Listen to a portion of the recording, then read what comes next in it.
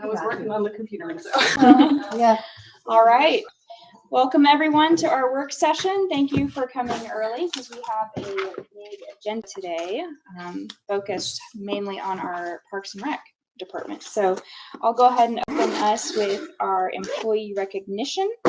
Martin Granum has earned his CMFO. Tell us more. Well, thank you, Mayor. I'll take just a few seconds. I appreciate the commission's support, making the city of Red Bank an employer of choice for all employees to continue their professional development and continuing education. And so I have received this credential from the comptroller of the state of Tennessee and administered by UT to receive the Certified Municipal Finance Officer credential. Congratulations, Martin. Congratulations. And thank you for your hard work that you put into that certification. You get a picture with the city manager. That's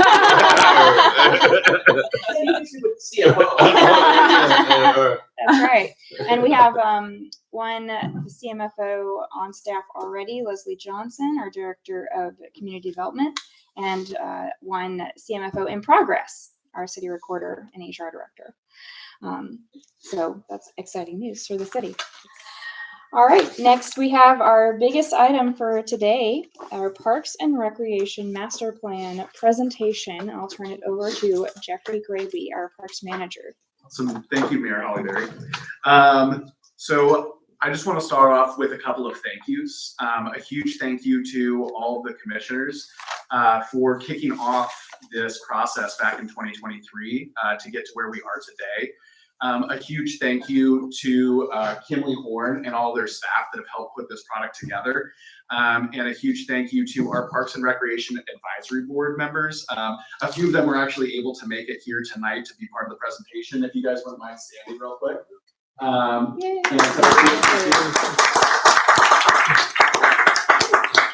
And a thank you to our Parks and Recreation Advisory Board members that weren't able to make it because of prior engagements, but they have put in a lot of hours and a lot of work into bringing you guys a fantastic product here tonight.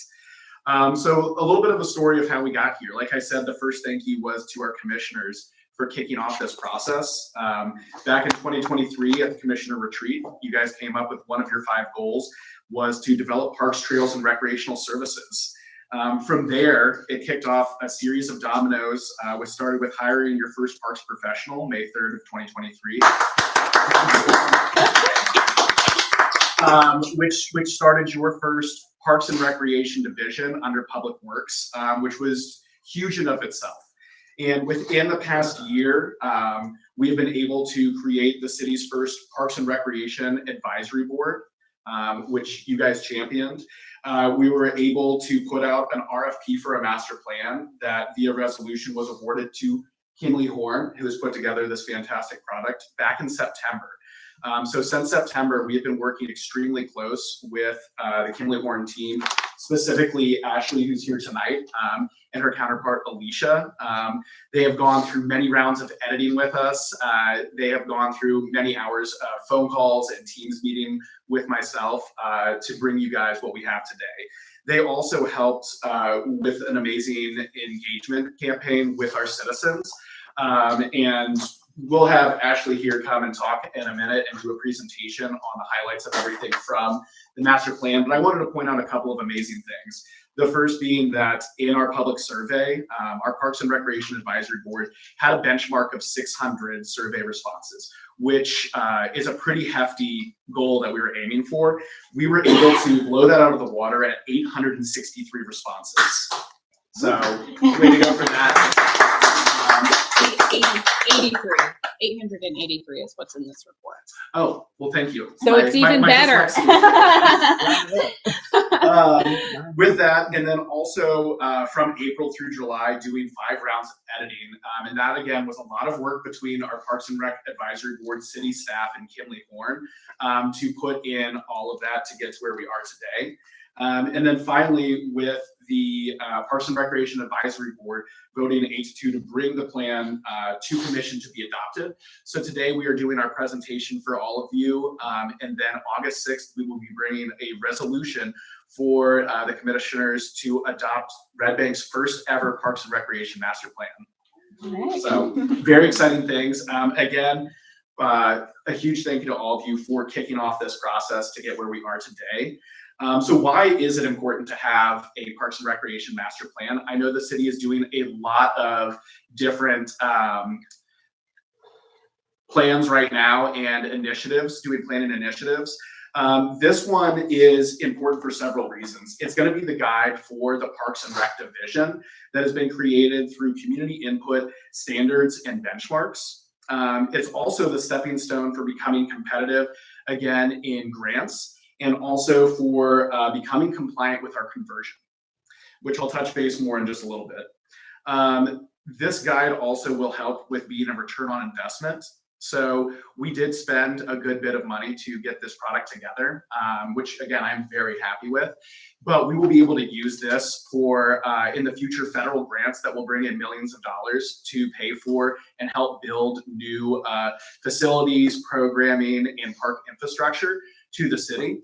It will also help us go after other grants that aren't federal grants, such as bringing in money so that we can do more programming with our seniors for art classes, for helping team up with the community development and public works department, where we can apply for grants that can help with multimodal transportation so that the Parks and Recreation can be helping with that. So it's not just going to be for new park space, but connectivity for programming and keeping our facilities that we have now in good shape so that we don't lose them. We also will be doing an update every 5 years on this Parks and Recreation master plan so that we can stay relevant with industry standards, but also make sure that our goals and initiatives that we've identified in this plan through community engagement are still relevant, and that in 5 years, priorities of our community could change and we need to be on top of that. We will also be doing yearly evaluations to determine what we've accomplished and if our goals are still relevant and if the programming that we're doing is still relevant as well. And we can make those changes every year. So for example, if we are doing programming and nobody's showing up for it, we can scrap that one, get community engagement and see what our community wants and needs in the terms of programming. So what is the path to grants? We need to have 5 things in order to be competitive in getting federal grants through our liaison TDEC. And our PARTAS consultant. The government loves their acronyms. So PARTAS is our Parks and Recreation Technical Advisory Service. And they are the ones that are going to be helping us get federal grants once we meet all of these 5 things. You've already met several of them. One is to have a parks professional, check. One is to have a Parks and Recreation Citizen Advisory Board, check. The third is to have a master plan that meets the TDEC requirements, which Kimberly Horn has made sure that not only have we met those requirements that TDEC has for us, but that they have gone above and beyond those. So we aren't just meeting the minimum standards of a plan, we have gone above all those pieces. And that plan is adopted. Also that our applications be in line with the statewide comprehensive outdoor recreation plan known as the SCORP, which every state has, and then also being in compliance with previous grants and any conversions. So that brings me into the last point, the path to conversions. This plan, the Parks and Recreation Master Plan, does not give us the exact path of saying you need to do X, Y, and Z to become compliant with your conversion. What it does do is it gives us the stepping stones for the next piece to move forward in our conversion.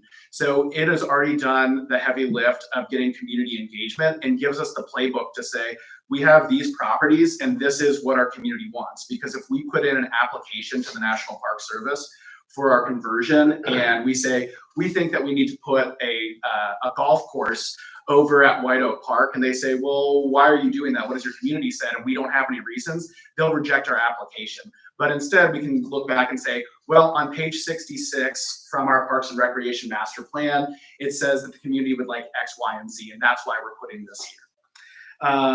We'll work with our PARTAS consultant, our Parks and Recreation Advisory Board and city staff to evaluate the land that we currently have, including when the small area study is complete, so we know what exactly we have to work with.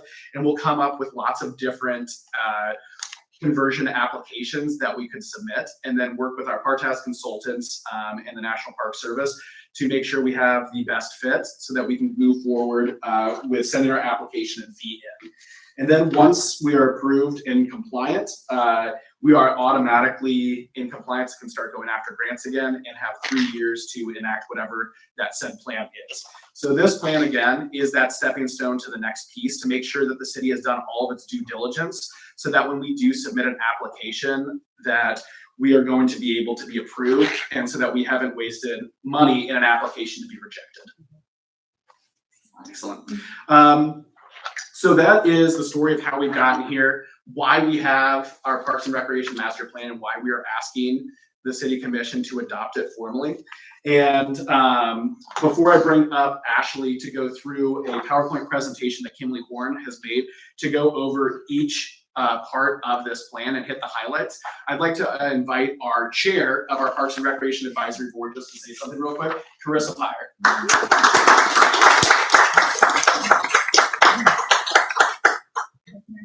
How excited I am for this. I do want to take a minute to just thank the commissioners for kicking this off, but really to acknowledge the people that have put a lot of work into this, including Kimberly Horn. The advisory board has done lots and lots of feedback and edits, and I'm grateful to Kimberly Horn for putting up with us through that process, and to Jeffrey, of course, for leading this and the amount of time he has put into this, and just what he's gotten done in just over a year since he came to Red Bank. It's really impressive. I'm proud of this plan. I think it is a great starting point. It is going to give us lots of options and is based on so much community feedback. I'm really proud of the numbers of participation that we have in getting that community feedback. I'm so excited to present it to the commission and hear discussion and to see what comes in the next 5 years in Red Bank Parks and Recreation. Thank you. All right, well, excellent. I'm going to now bring up Ashley from Kimberly Horn to do a presentation for you on each of the chapters and the highlights. And then afterwards, I will be here to answer any questions that the commission has. Excellent.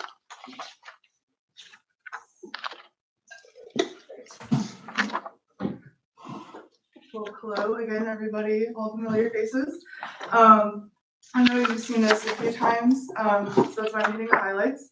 But thank you for having us tonight and wanting us to present this plan to you. Again, everything, you hit all of the highlights, so I'll be parroting a lot, but you'll be hearing me say set a benchmark, because again, the department is in its infancy a lot throughout this presentation.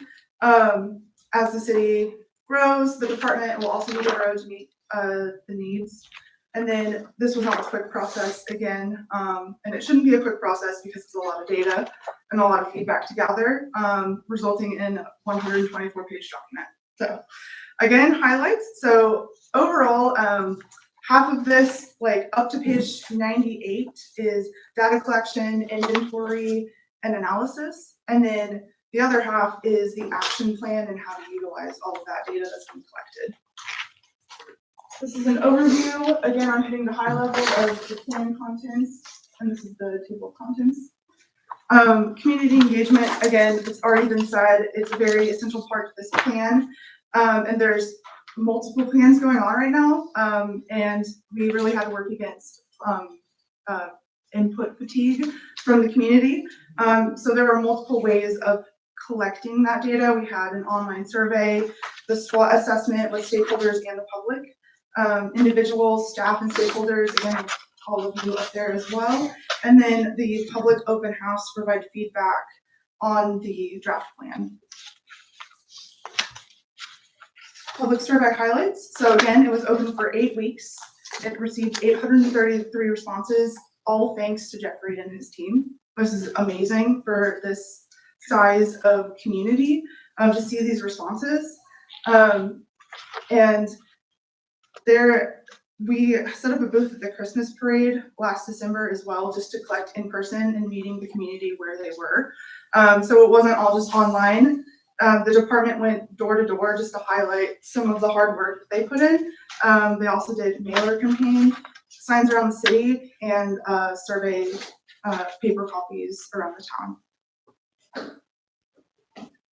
Some SWOT highlights, and again, for those who don't know, SWOT is Strengths, Opportunities, and Weakness Assessment. It is required by TDEC for all eligible Parks and Recreation master plans. And this data falls more under the qualitative data that gets collected throughout this master plan process. But it is extremely important to understand and get the input and feedback from the community and key decision makers.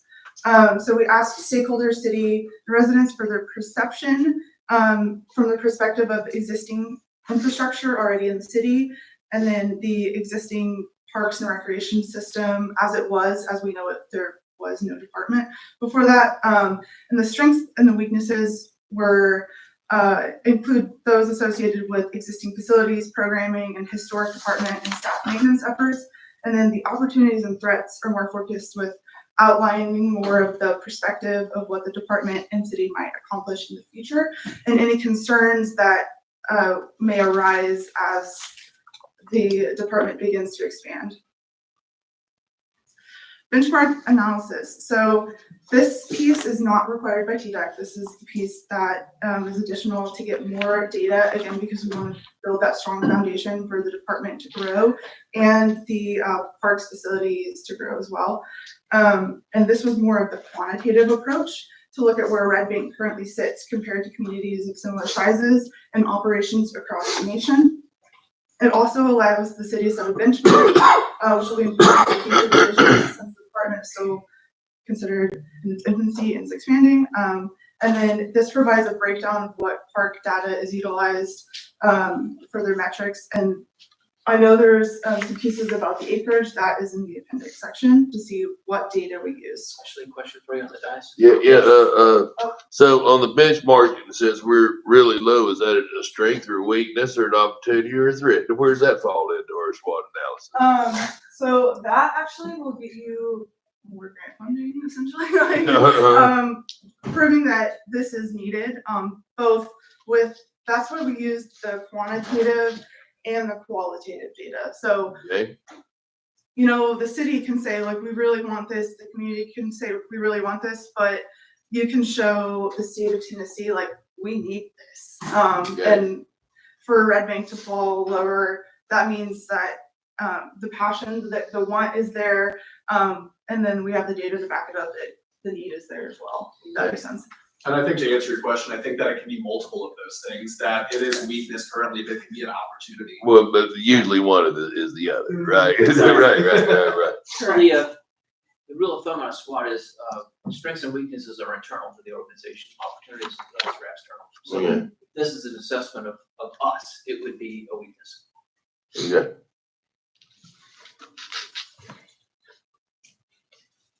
The next piece was facility inventory and analysis, and this is a TDEC requirement. Our team went out with Jeffrey and we surveyed all of the parks and we took inventory of what was there, documenting it, the current conditions, and begin providing that baseline for the city to have and where to focus on the next improvements.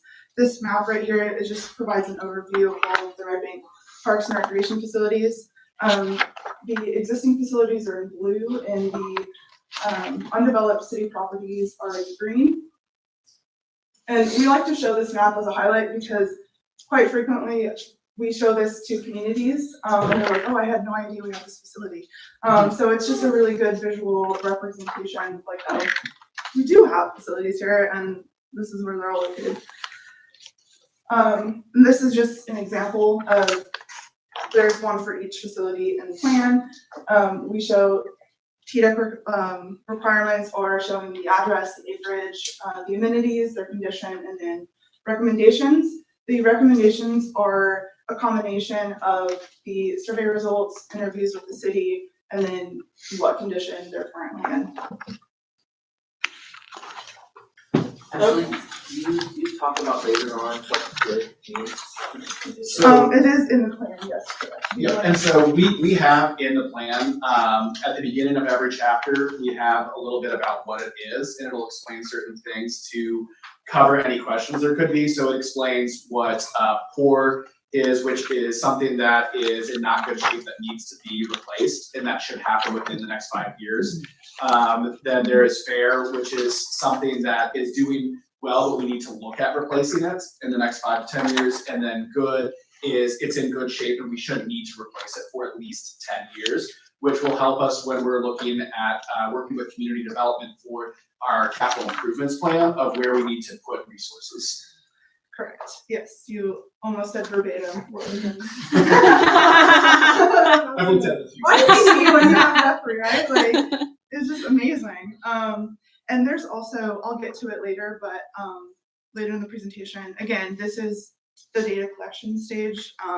In the actual implementation plan, we provide a visual matrix of the existing facilities and those recommendations as basically a one-stop shop for the city to look at with those priorities that were listed. Program assessment. So again, this was taking inventory of all the existing programs and special events in Red Bank, and then conducting an analysis on that, both in a quantitative and qualitative aspect. So we looked at the life cycle, age gap, and duplication of services. And then we also took, for our gap analysis, that combined both the qualitative and the quantitative, and pulling in public survey results, public input, staff interviews, to shed light on gaps in the programming based on community needs and what is currently being offered. And then we also looked at what's being offered in the surrounding areas too. Because again, as much as Red Bank probably would like to offer every single program, that might not be realistic. So how can we, what can we utilize in our surrounding community? And the survey results did identify a strong desire for more programming in Red Bank.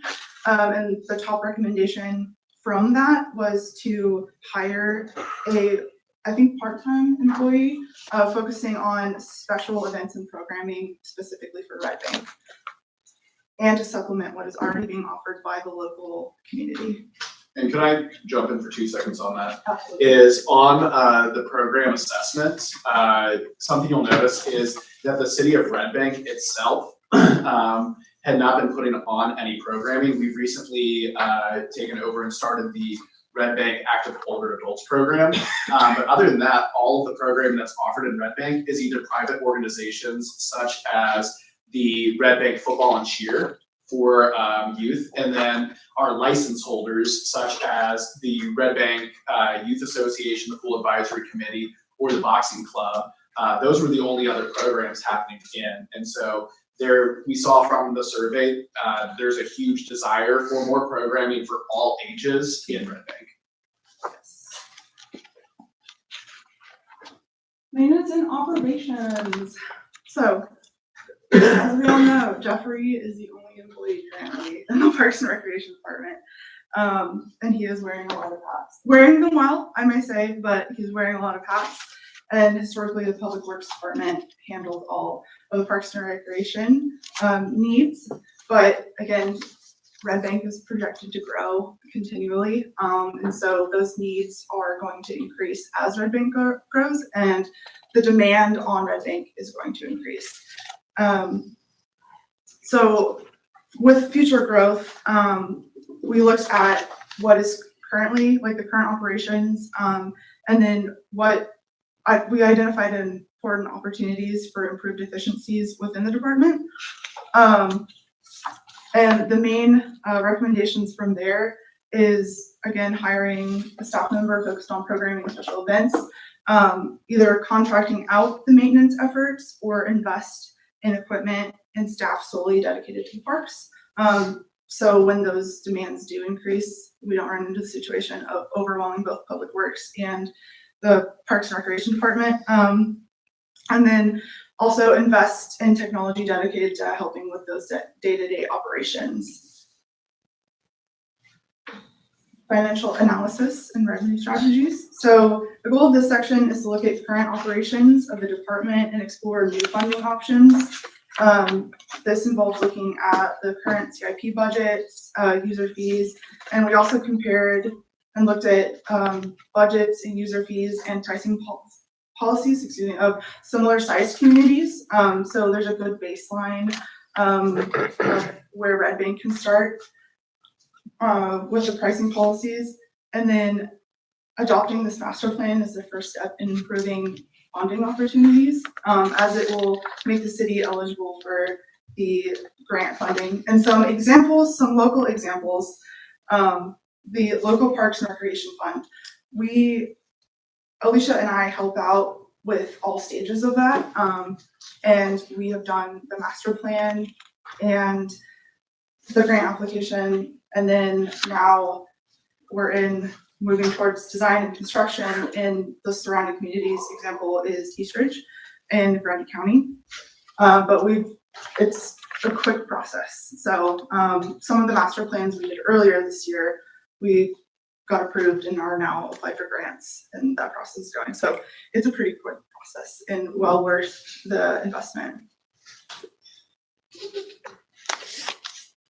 Oh, sorry.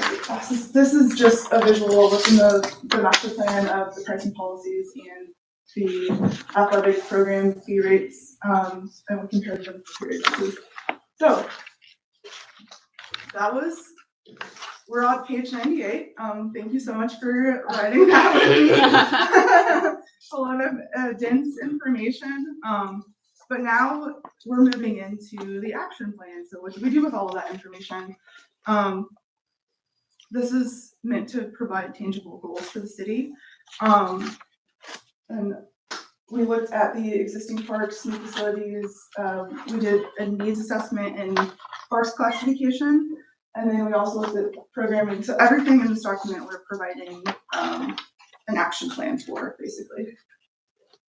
And like I said before, this is the existing facilities implementation matrix. So everything in the pages of the existing facilities section, this provides it in the view of high and low priority, potential budget impacts, and funding sources for all of them. So it's like a one-stop shop for the city, and this will really help with CIP planning and prioritization of different projects. Needs assessment map. So there's two service areas, and in the back you'll see that we did a park classification. So with that comes like service areas. The large one is a 3-mile radius, and the small one is a 1-mile radius of each park. And you can see that the northern half of Red Bank is not being served currently. And even the parks that are being served, we all know that the pedestrian infrastructure is not there. So this is just a really good visual, like maybe stating the obvious, but really like putting it into perspective. But then we also provided, again, when we did that program analysis of looking at all of the different surrounding facilities, we've also put it on this map so you can see, like, there's obviously still a gap in the northern side with both what's being offered in Chattanooga and Red Bank. So What an opportunity. exactly. Put that down under opportunity for analysis. And then again, I just mentioned the pedestrian connectivity. This map plots out existing pedestrian connectivity in Red Bank. The two proposed greenway studies that have been done, so the Mountain Creek Greenway, which is, it's really hard to see. It's at the very top of that map. The blue is overlaid on the black. And then the proposed North Shore Greenway along essentially all of Dayton Boulevard. And then those like little yellow circles came from conversations with the city and like priority connection areas. I think there is a school over in some of those areas connecting out to larger residential areas. And then a lot of these connection points are from the public open house. So May 13th. Yes. Yeah. So we had this board plotted, and participants could come up and draw in priority connections that they saw, like looked at and like, I really could use this, that were important to them. And then there's the Linden Loop right there too. It's pretty. As well as the White Oak Connector Phase 2 connecting White Oak Correct. Park to the Norman Cable Fields. Correct. Yes. That was my last slide. Oh, didn't fix the back one. Thank you. Again, that's very, very high level, scratching the surface of a very large document. Thank you so much, Ashley. Thank you. Do you want to take over questions? Okay. So before we jump into questions, I know, like Ashley was saying, this is a very dense document with a lot of data, and also highlighting our high level priorities that we're looking at. Something that's going to be great about this is, for the average citizen, they're probably not going to read every single sentence in here, even though it has a lot of great information. But that's where your city staff come in to dissect and pull those things out, so that when we are applying for grant funding, we're showing the reasons why we need to do something. We're showing the data backing in it. And we have this dense, I'll steal this from Martin, embarrassment of riches to be able to use for when applying for grants and other things like that. And then lastly, before we jump into questions, one other big thank you I wanted to give was to the Public Works Department, because they still help maintain all of our park properties. They keep them clean, they keep them mowed.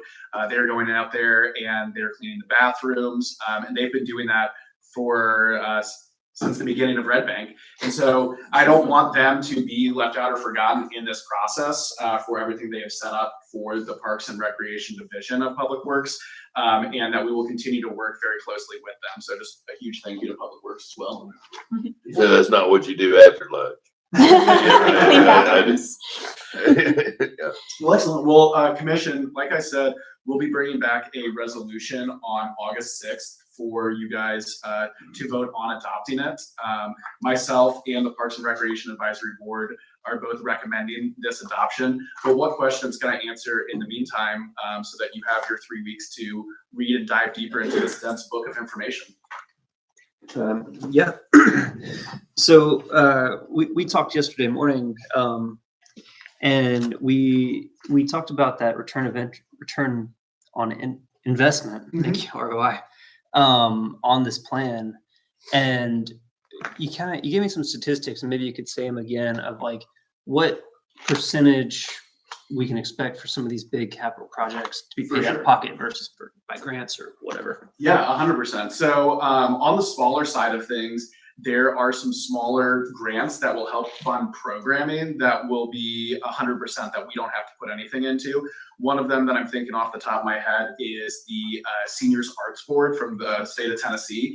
And we can actually apply for that. And they do yearly rotating grants for $5,000 that would help fund getting supplies and paying a artist teacher to come and do things. So that's a small version, where the larger versions would be federal grants that are often 80-20. So the federal government grant money would be 80% of the project, and 20% would be coming from the city of Red Bank. And so with that, we can do a lot of really large things that we wouldn't be able to do just by ourselves. For example, in the master plan, we have to do a feasibility study on the Red Bank pool and see if it is financially feasible, and if the land is feasible to fix the pool in the current state it is, because the pool, and Greg, correct me on the year that it was built. 1962, and it's still kicking. It's very young. I agree with that man. The water in it is very young. Or if we need to look at relocating it to another area, but the master plan also, from survey and needs and benchmarking, that we should keep a pool presence. That is not something that the city would be able to pay for on their own, as pools cost millions of dollars to build. And so we would be able to, with this, once we hit all of the milestones we need to, be able to apply for grants that could help fund 80-20, purchasing land and putting a pool in, or for the actual facilitation of putting in a new facility somewhere. And Yes, sir. Just one thing. yeah, good. Well, Jeffers talked about the big ticket items and pools and land acquisition, but there is an ongoing investment by the state of Tennessee for our aging population and services for them. And about a year before Jeffrey came to the city, somebody reached out to me and I applied for a grant. And it was just like an $8,000 grant for equipment to support a senior center. And they asked if we had a senior program, and I said, we do. Well, the problem was it wasn't a state recognized seniors program, and we didn't have a dedicated facility. Well, this document validates those needs And the fact that the city has recently, took ownership of the seniors program, this document will help us get those small grants. The grant was to buy chairs and chair racks and tables and things to outfit a center. So there's little money out there that helps with daily operations because everybody that uses a community center would have benefited from that.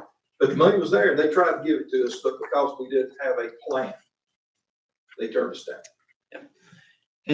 And just to follow up too, prior to, us trying to fix the conversion and all that, we could still apply for those grants, but we wouldn't probably never get them. Correct. So you may have heard me say several times, become competitive again for federal grants. And what that means is you're 100% correct. We could apply for an LWCF grant to help us buy new property to create a new park. But that would be like me never have worked in for any kind of any parks or recreation or having a recreational background and only have worked at a diner and applying for this position. I could apply, but you guys would have turned me down. So this will give us the ability to do that. We will become competitive for that. And so again, each of you has a sheet from TDEC that I printed off, and it's on their website of what are the things that you need to have in a master plan to make it so that you can become competitive for grants. And I don't know if I can say competitive anymore. I would liken it more to, applying for a credit card, racking up debt, never paying that debt off, and then going back to the same company and saying, will you give me a new credit card? Because the LCWF is who initially gave us the grant funds to build the Morrison Springs Park back in the 70s. So right, since we're out of compliance with them, that's where we have to get right again. Thank you. That's a much better I analogy. do have, Back in their good graces. yes, Yes. back in their good graces. I have a lot of just like little things that probably would be more appropriate just to like touch on one-on-one and just, ask little questions about, but I did have a couple of questions. So like, Before we jump into that question, I do want to just say that this is a living document. And if we find things in there that maybe there's a misspelling or punctuation wrong, city staff can easily fix that and update it. And if there's something bigger, because like Carissa said earlier, this is the first stepping stone of a much larger project of all of Parks and Recreation. And this is really going to help identify where we have some areas of need. And that will incite us needing to do more work in those areas, whether that is doing new surveys, looking at what grants we need to get, maybe having to bring on other consultants for different things. That this is a living document and can be updated on different parts of it. So just wanted to say that. thank you. So on page 78, where it's talking about high priority programming requests, I can't remember. I took this survey, but it's been some time now. I don't remember if that was like, if there were pre-set options to choose from, or if you could enter options Yes. on that one. But where I'm getting confused is, I'm looking at, page 20, and concerts is in a giant bubble. And then here we have concerts, low priority. So to me, that's not really, there's some dissonance there because we're seeing that is a big request from folks, but then we're seeing that it's low priority over here. That's just one example of something that really popped out to me. Yeah, no, and I that makes sense. Where that information was taken from is page 23. And that was a clickable part of the survey that asked you what type of athletic facilities and programming would your household utilize if available. And that's where it's getting the biking, running, soccer, disc golf. That was in the height there. And then on page 20, which you were just mentioning, those were separate write-ins. And while it was only 50 write-ins, that still is a high number for a write-in on that. And so for that, it's saying back on page 70, sorry, can you repeat that one more time? 78. There, that those were the top programs that we're not offering currently. that they want more in. Now, these are still identified as needs. They're just not as high as those others. Because throughout the document, page 23 and several others, you'll note that biking, running, and connectivity in general, soccer and disc golf, weightlifting, indoor athletics, and basketball all come out on the high end for all of those pieces, where the concerts was just a write-in in one section. And it could be that maybe low is not the best choice, because it's sort of diminished, because really all those are needs, they're bona fide needs, so maybe we say high needs, super high needs. Maybe I we guess say that's- priorities, highest High priorities. priorities. I would agree with that. I think that's where my Yeah. my mind was going. Thank you for verbalizing that for me, but it didn't really make sense to me with the data that we're seeing in other And parts. some of these are low lifts, you know what I'm saying? Right. Like the yoga and the arts and things like Yeah. that. We could have them in park or Where you don't whatever. have to have a facility Right, dedicated to right, that, right. right? And I think that's another great example is when we're putting together our list of what we're going to be going after first and trying to add and bring in, that it's not just, well, this says it's the high priority, so we're going to do it first. We have to take into account a lot of different things. For example, weightlifting or an indoor athletics programming, that's saying that those are high priorities, but the cost of that right now is not going to be in the short term. Whereas some of these that are listed as priorities, but not high priorities, we should still be going after in there. And then also with the survey in here, I think that pulling through and looking through each of the pages can help build some of the pictures where it might have not translated to what one person sees it as another. Thank you. The only other thing really that I was just curious about, if you all had discussed or you had thought about was on page, I guess, 86 and 87, where it's talking about staffing operations and the number of FTE based on like the national average. We would need to increase our department by 10.3 additional FTE to be at that national average, which is incredible. One, I wondered if part of that is like FTE responsibilities that are currently being covered by Public Works, which carries over into the next page where we're looking at maintenance. As you already said, we know that Public Works is handling all of those things right now. So would it be something where we would divert like a Public Works employee into now being a Parks and Recreation employee, or where they're dedicated to that? Were you saying that we need a whole brand new, 10 brand new employees over a course of time to effectively and efficiently manage the Parks and Recreation department? Yeah, and so that coming from the benchmarking, I don't think that in my time here as your parks professional, we will hit the higher or the middle or higher quartile for national averages on those.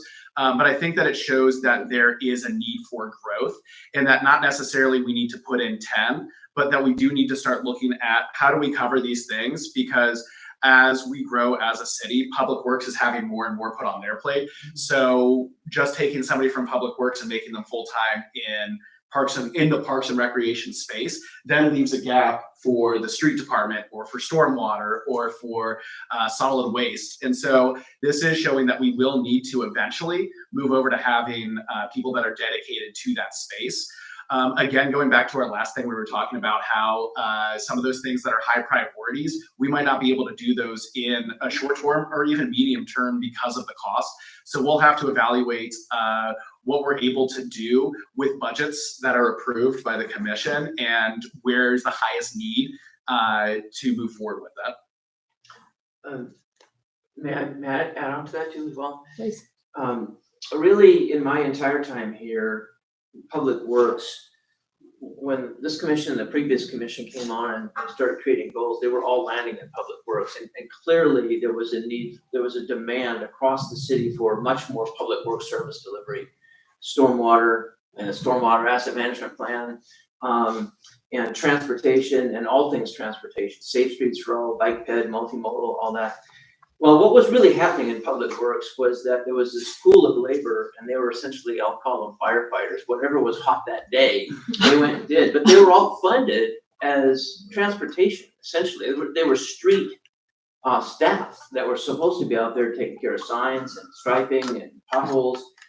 And so as we have grown as a city and increasingly year over year chipped away at that lack of support for Public Works, we have started to robust all the business lines that are housed within Public Works. For example, we created a sanitation supervisor. And so now there's actual leadership on one of our single biggest business lines within Public Works is sanitation and recycling. So we're growing across all those aspects of municipal service delivery that are housed within Public Works, and Parks is one of them. And to kind of bring it to closure, I'm really looking to the director, Director Tate, year over year in concert with the commission and budgets, process, and goals to really grow the department across all these business lines. And I think this focus on parks highlights the need for parks. And when we come into budget cycle, we'll have conversations about streets and sanitation and fleet and facilities. Jeffrey was highlighting Public Works, and in fact, often that is actually Justin. And that's another addition from the staff, from the commission, in terms of investing in Public Works, was a facility manager professional that really understands all the things you need to do on a daily, weekly, monthly, yearly basis to keep all these facilities functioning safely and efficiently. So really, as Public Works has grown, the parks excellence has grown with it, and it's part and parcel of excellence that's emerging really across Public Works. Kind of a long story.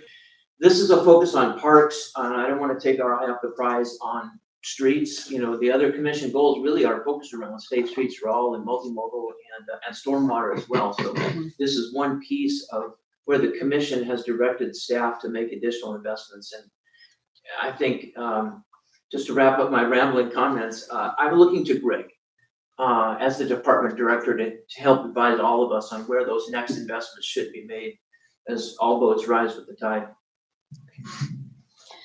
Thank you. Can I ask one more thing? I'm sorry. We got time. As far as, once, we're able to adopt a master plan and have that in place, how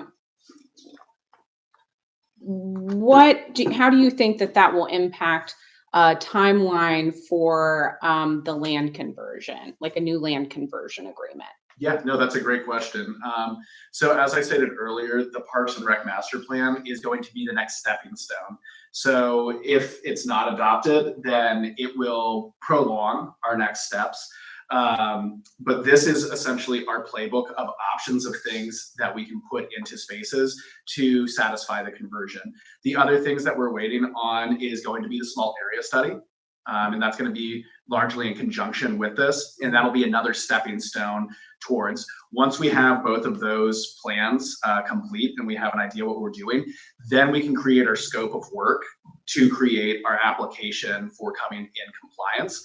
So we have to do all of our due diligences before we can attack that. And just like when we're buying a new property, we have to see what utilities are there. If there's a wetland, we have to make sure that it's, actually all this property is where it says it is and the boundaries are right. And that's what we're doing with the master plan, with the small area study, is getting all those due diligences in so that we can create a scope of work and make a good plan together. So I can't give you a definitive timeline on what that'll be, but this does help progress us to the next step to get into compliance. Thank you. And I would add that the staff is very focused on achieving that outcome of coming into compliance. We've had, frankly, a lot of internal discussions about who's on point on that issue from an executive level. And I don't know that Director Johnson knows it, but she's on point with it. Actually putting together the effort and the documents that will pull from the comprehensive plan, pull from the Park and Rec Master Plan, pull from any other aspects of the city that are appropriate, certainly our financial capital improvement plan, and then putting together a specific conversion plan. And just as an example of the variabilities on that, you could pick a path to conversion that's the fastest to do, or you could pick a path to conversion that's the cheapest to do, or you could pick a path to conversion that hits the greatest need for these plans. Or you could pick a hybrid of all that. And we won't really know all the constituent pieces of, and the path until we get these due diligence efforts, as Jeffrey says, done, and understand really kind of what are all the options out there. And then the commission will be set up for an informed decision on what is the path we're going to actually, and it's a $10,000 effort. Our application for conversion is accompanied by a check for $10,000. So we have to get it right. Non-refundable. And really the two staffers on point are Jeffrey and Michael Pham, not surprisingly, our community development and our park professional. And they're backed up by Director Tate and Director Johnson in concert with everything that we're getting from the commission. So I really think sooner rather than later, if I had to put a clock on it, I would say it's not years and it's not weeks. I would say it's months from now to have a conversation about specific path to conversion. But we have to let the comprehensive plan process play out. And one more party just to add into that, just to show the strength behind this effort and the importance, is also our park task consultant. And so we have a single person from the Parks and Recreation Technical Advisory Service from the state of Tennessee who is helping guide this and giving us direction as well. And I meet with him on a very regular basis. And it is part of TDEC and PARTAS's priority as well to make sure that all Tennessee municipalities that are not in compliance with conversions, they want to make it happen as quickly as possible to get all of them into compliance as well, because it's a black eye on them as well. So there is a lot of staffed power, not just from the city of Red Bank, that is also going into this. All right. One more kind of follow up to that too. I know one of our partners, TPL, has had a big role in this as well. Yes.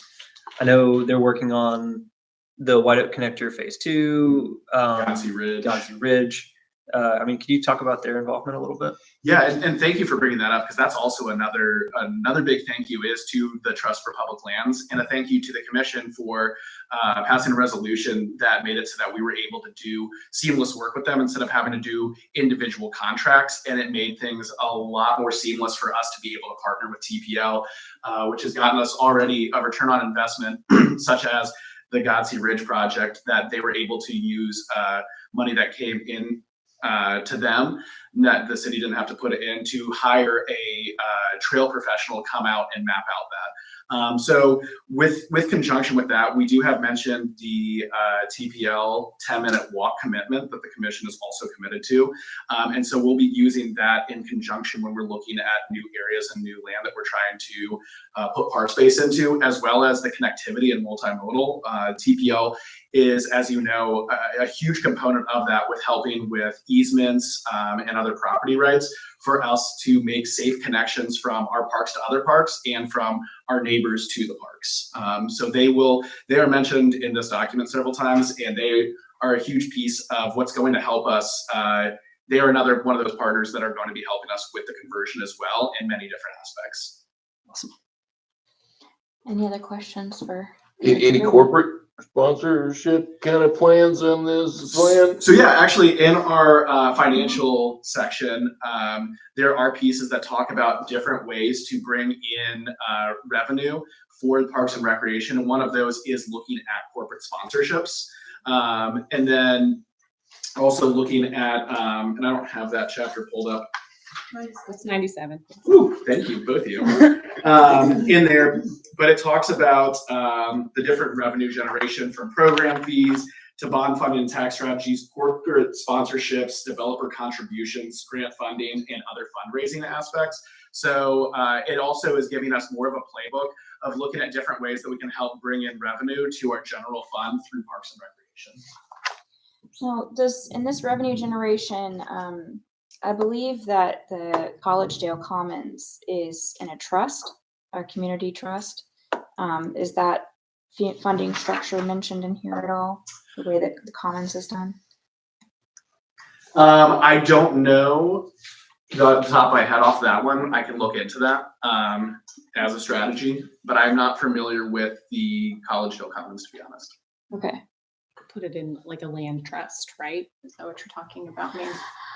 Yeah, I'll have to look at it again, but their funding structure is particular for the Collegedale Commons. Interesting, okay. So I'd like to potentially have some kind of mention of that structure as a potential. in Yeah. the- And again, if there's something that we may have not mentioned in here and the plan gets adopted, we can still look at adding that in, especially if it is in a way of looking at bringing in revenue.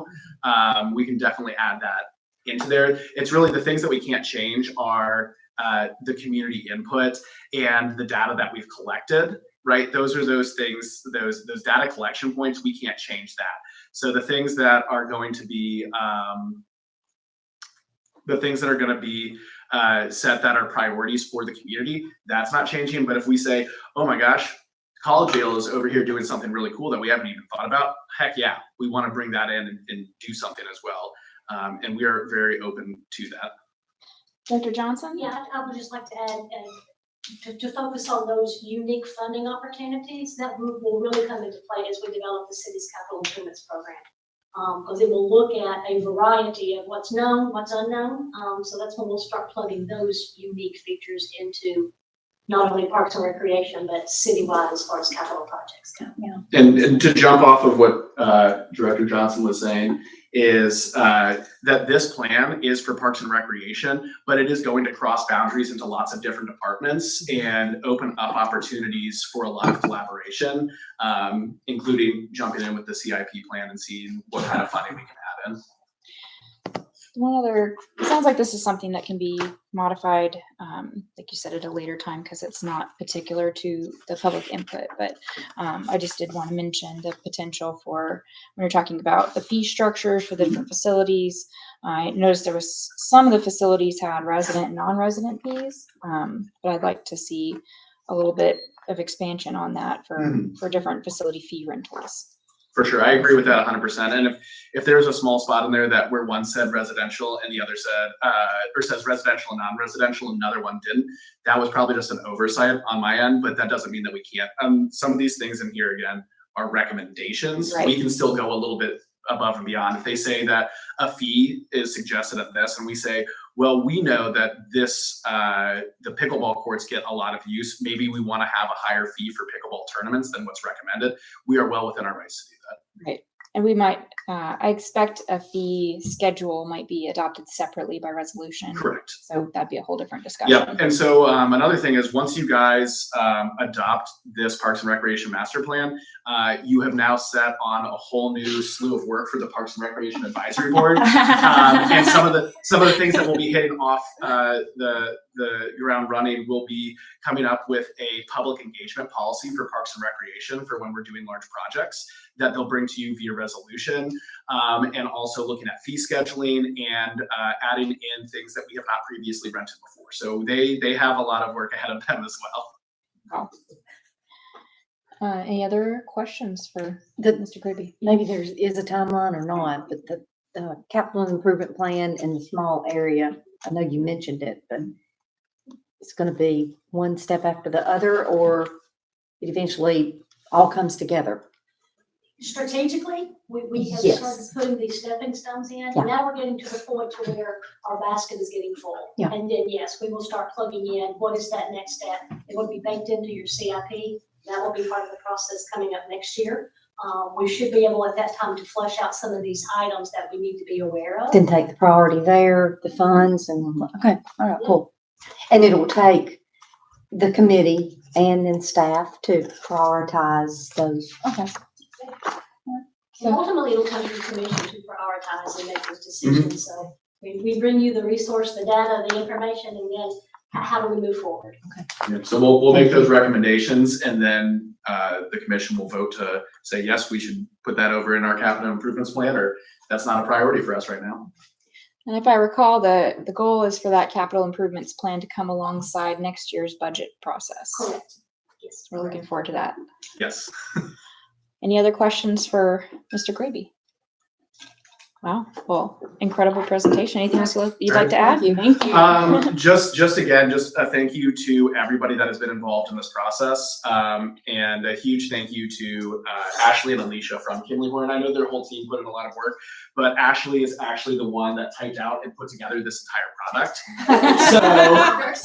So just a huge thank you to her. We have had so many emails, so many Teams meetings, and just I can say, hey, I would like to get this changer added in, and within an hour, Ashley's on a Teams meeting with me. So just the flexibility and the work that they put into this, just tremendous. So a huge thank you. And again, a huge thank you to our Parks and Recreation Advisory Board. And I think my time might be up there. But no, just a huge thank you. I am extremely proud of this product. I think that not only has all this work been put into it, that it's an amazing product, but I do truly believe this is what Red Bank needs right now. Amazing. Well, thank you to all of our staff members that have worked so hard on this, Kimley Horn, and especially our volunteer citizen advisory board. We definitely could not have done it without all of your input. So thank you so much. Well, commissioners, thank you for your time. Thank you.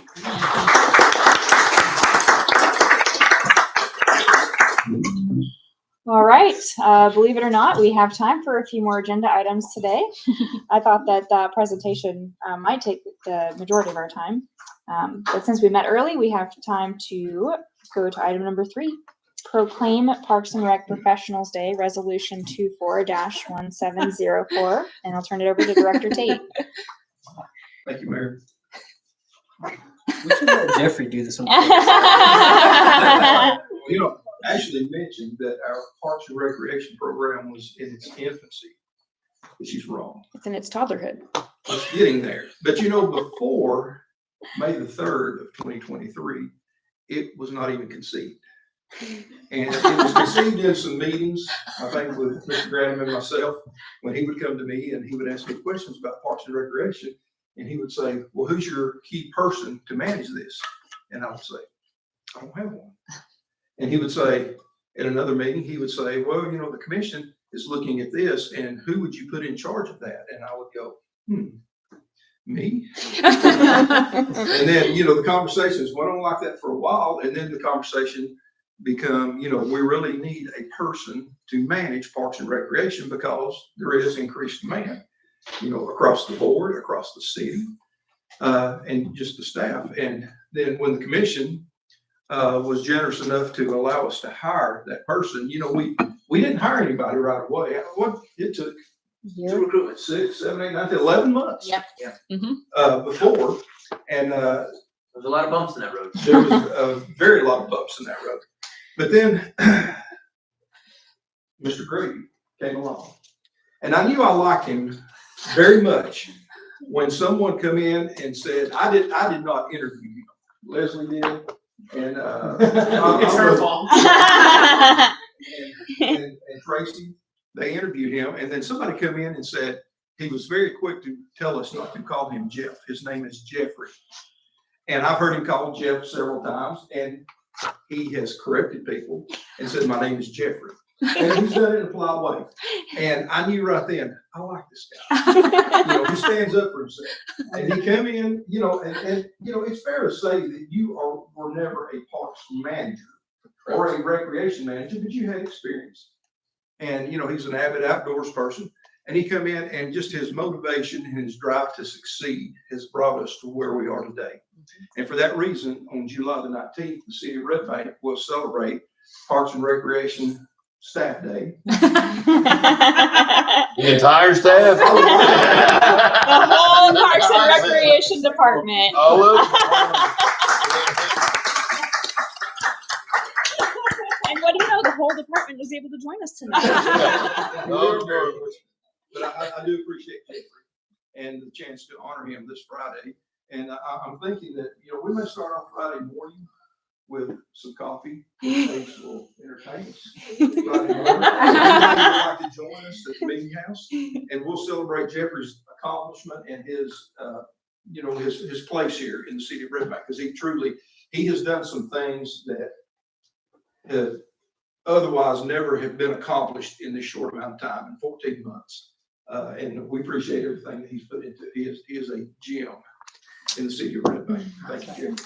Shameless plug, we also have to finish out the celebration on Friday evening is our second community movie night, a showing of Finding Nemo, which is completely free. We will have free popcorn while supplies last. And one of our favorite food trucks, Culturalicious, will be there, and Clumpy's selling some ice cream. So come on out to the community center. No photo op with Nemo? No, he was busy, so we couldn't get him.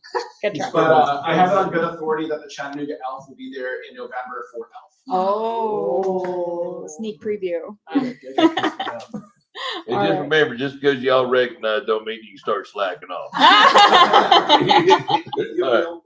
Yeah, somebody. Any thoughts or comments on Parks and Rec Professionals Day? Okay, next item of business is update to record fees, resolution 24-1705. I'll turn it over to Chief Seymour. Downhill pretty fast. That's what Leslie said. I think when we get the coffee, we can just walk over to the park. Then we're home, right? Maybe watch some pickleball. See if the fire department's there. Oh, don't get me started. I wasn't gonna pick on them. They're not. Well, how much time do we have? Well, I don't have a lot of time. Back many years ago, about a month ago. Lifetime ago. About a lifetime ago. Yes. So really tonight, there's two agenda items for your consideration. The last commission meeting, we discussed about updating our record ordinance, right? So tonight we have that record ordinance, but we also have a new fee schedule associated with that. Starting off kind of with the record ordinance, so it passed on the first reading. Y'all made some recommendations about maybe some changing some verbiage to limit the records at the distance that they could have their businesses. So we reduced that to 3 miles. But we also included a provision in there to grandfather any current record companies that are on the list, as long as they maintain their requirements and they maintain their license and they don't sell their business and things like that. There's some qualifiers that are built in that if it does change hands or they, lose it or whatnot, then they could lose that grandfather status as well. So I don't know. That was really the biggest issue or change as far as any questions that y'all had or concerns on that, on the ordinance. It still, establishes that, just for some of those that weren't here at the last one, it establishes the regulations that when we use a record company for the city, like to tow crashed vehicles or whatnot, when the owner doesn't know of anybody to call or is not present, we have to have a system in place to be able to tow those vehicles. So we arrest a driver, something to that effect, or they're not, I'll say not conscious, but maybe they're inebriated and aren't in a good mind of who they want to call to come get your car. So we have to have established procedure for that. And so we obviously keep a list for that. We have to have certain provisions for that. This ordinance again doesn't require a record business to be in Red Bank, right? It seems like well, I don't know of any that are currently on the list that actually operate their business from Red Bank.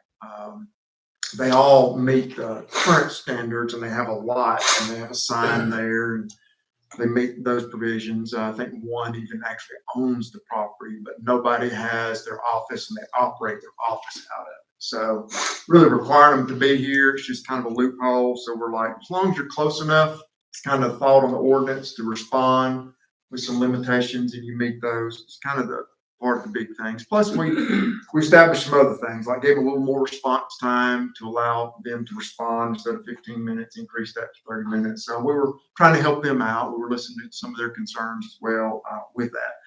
So that's kind of the first item on the agenda tonight, unfinished business. Then we get into the kind of a newer item, which is the second one after we passed the ordinance for the record ordinance. We're going to have to approve the resolution setting the record fees. So that should be in your packet, right? And so the way I determine these record fees is basically I looked at what primarily Hamilton County and the city of Chattanooga were doing. And so I took that information and I looked at other agencies as well, but primarily trying to look in this market. And so that's what the fees I came up with, along with the ordinance, met with the record companies, kind of get their input. There's some things I didn't understand with some of the fees that I had to have asked their input, and which they were able to explain that. That made sense. So I don't know if you have any questions. I can go into great detail on this record fee schedule. The broader aspect of it is we just have costs for certain permits and the fees, and then the next section just has to do with the type of class record and then what those breakdown are. That first one you see, the class A and D, are really the only ones primarily they're the ones that service our city. And so that those fee rates are within range. I think we had some that were like at $225. We had some at $250. Because I know they made some adjustments here recently in Chattanooga, I just went with that kind of a higher number of the $250 as far as just the base rate. Obviously, they have a lot of overhead costs and things, but that's just a breakdown. So it's just by class.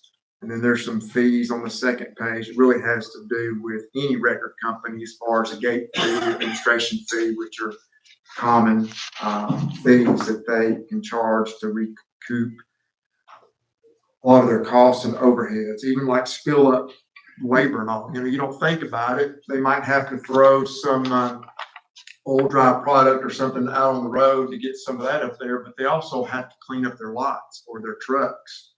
You don't think about that, but there's oil and things that spill up on their truck, so there has to be some recouping of costs, and so they have that. They have hazmat or maybe disposal costs where they have to destroy some of that. So I don't know. I mean, I can go into great detail on this, but if you got any questions, I'll be happy to answer those as well. So Any questions for the chief? Once they've paid, I haven't been up here as long as Park President.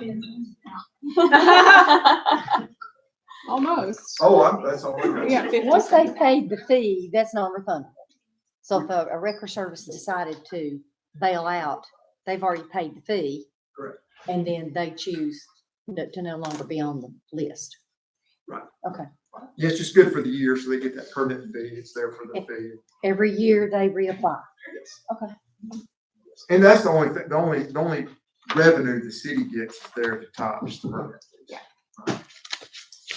And even though like the record inspection fee is really waivable, we built that feature in there. If it's already been inspected by like Tennessee Highway Patrol or Hamilton County or Chattanooga, some recognized entity, and they show proof of that, then that can be waived. And so they don't have to, it's redundant to me. Deciding to do that. And they have proof. It takes one of my officers time to go outside and inspect every single record like that. So How many are currently, and maybe it was a few weeks ago that you mentioned, how many are currently on the list? I believe there are 4. Some in and some out still. Well, they all have lots within Red Bank. Okay. Oh, they do. Okay. They say they have businesses in Red Bank, and some of them do pay. I think when one of them said that they do pay a business license fee and things. And like one of them does own property, so they pay property tax as well. So I think 2 or 3 of the others do not. So they just pay The Permit fee. rent fee or whatever they do to whoever owns the lot. And just pays up there. All right, any other questions for the chief? If not, then we'll go ahead and turn over to citizen comments for items on this work session agenda. We do have a few items we'll have to table for the 6 o'clock meeting, if that's all right with everyone. But everything else on the work session agenda is going to be repeated on the 6 o'clock agenda, so we can discuss in greater detail at that time. Any comments from any residents for any items on today's work session agenda, such as the Parks and Recreation Master Plan? Okay, if there's no comments, then we'll go ahead and adjourn this work session and reconvene at 6 o'clock for our regular meeting.